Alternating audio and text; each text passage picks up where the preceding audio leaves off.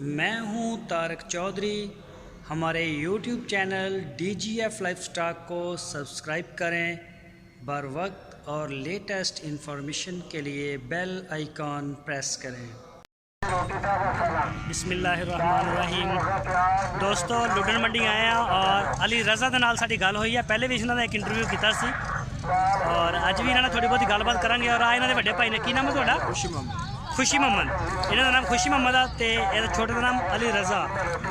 अली रज़ा की हाल है? ठीक ठाक भाजी सुनाओ। अच्छा ते बच्चियां लैके आए हो मंडी जी? केड़ी नस्ल लैके आए हो? चोलस्तानी और साहिवाल नस्ल दी लैके आए हो ते विकियां भी ने अज कि कोई नहीं हजे? दो विकियां। अच्छा दो बच्चियां विकियां ने ते चलो फिर थोड़ा जानवर भी देखते हैं, थोड़े रेट शेट भी चेक कर दो। सुना अली रज़ा की हाल चाल ने? ठीक। थोड़ा उच्ची बोल, शोर आ। ठीक है। अच्छा तेरी एक वीडियो लाई सी काफ़ी देर पहले, 2-3 महीने पहले कोई दोस्तों ने फोन किए सी? हाँ जी। तो किसी दोस्त ने इमदाद की थी कि नहीं? नहीं की थी। अच्छा तो किहड़े जानवर लैके आए हो? जानवर है खड़े ने साथ है भी तेरा? हाँ जी। बड़े माड़े माड़े जानवर लैके ना साथ आप दे वर्गे छोटे छोटे लैके होना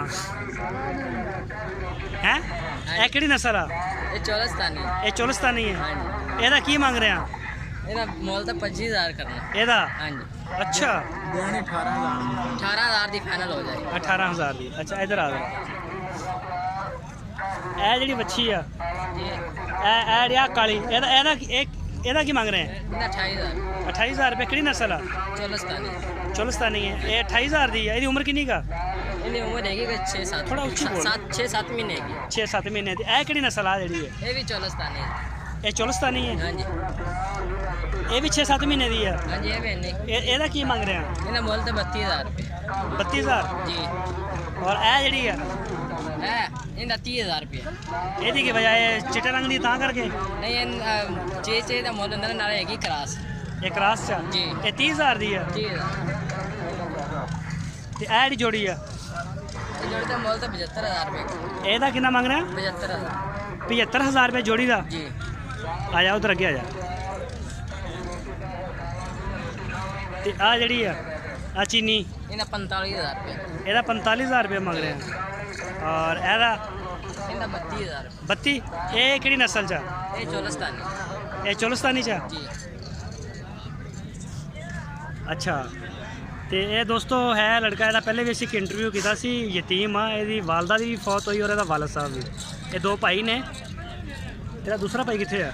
ਖੁਸ਼ੀ ਇਧਰ ਅੱਗੇ ਆਓ ਜ਼ਰਾ। ਇਹ ਦੋਨੇ ਭਾਈ ਨੇ ਔਰ ਇਹ ਇਹਨਾਂ ਦੇ ਬੜੇ ਭਾਈ ਨੇ ਖੁਸ਼ੀ ਭਾਈ ਤੇ ਇਹ ਹੈ ਨੇ ਇਹਨਾਂ ਦੇ। ਅੱਛਾ ਪੈਸੇ ਤੁਸੀਂ ਦੱਸਿਆ ਸੀ ਉਦੋਂ ਵੀ ਇੰਟਰਵਿਊ ਦੇ ਵਿੱਚ ਕਿ ਤੁਹਾਡੇ ਕੋਲ ਸਾਰੇ ਸੂਦ ਦੇ ਨੇ, ਉਹ ਤੁਸੀਂ ਵਾਪਸ ਕੀਤੇ? ਕੋਈ ਨਹੀਂ ਕੀਤੇ? ਕਿਸੇ ਦੋਸਤ ਦੀ ਕੋਈ ਇਮਦਾਦ ਨਹੀਂ ਆਈ? ਕੋਈ ਫੋਨ ਨਹੀਂ ਆਇਆ ਕਿਸੇ ਦਾ? ਆਇਆ ਨਾ ਫੋਨ, ਕਿਸੇ ਨੇ ਮਦਦ ਨਹੀਂ। अच्छा किसी ने इमदाद नहीं की थी। ਜੀ। सही हो गया। चलो इंशाल्लाह कोशिश होएगी ਤੁਹਾਡੇ जानवरों की भी लाती या कोई ना कोई कस्टमर भी अल्लाह करेगा ਤੁਹਾਨੂੰ मिल जाएगा तो हो सकता कोई दोस्त हेल्प कर दो ਤੁਹਾਡੀ।